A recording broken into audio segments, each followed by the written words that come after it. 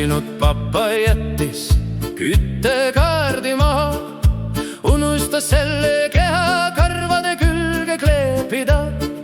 Varsti kütus otsa vissama hakkab, väsinud papa peab hakkama hääletama. Väsinud papal meel on paha, pid juba hakkama hääletama. Mööda sõitis tumedapäine naine, küsis, kas mingit abi vajate. Väsinud papa jälle kütet siis sai, võttis teiselt juhilt küttekaardi. Ei pidanud papa kaua hääletama. Väsinud papa sai edasi sõita. Kui väsinud papas teha lugu, kohe tuleb väsinud papal hea tuju. Isegi naeru võtab väsinud papal suule. Nädalavahetus, miks sa juba ei tule?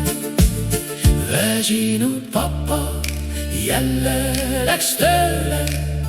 Reedel koju siis teeb sauna tule. Väsinud papal tuli meelde siis, mul on ju ka elektrikeris.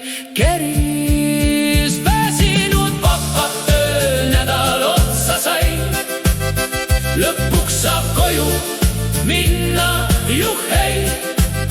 Nutiseadet peab papale õpetama.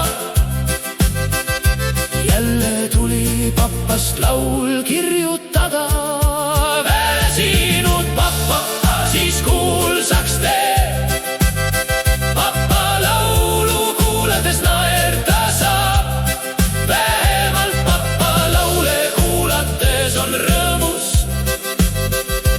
Nädal läbi väsinud papa jälle kodu.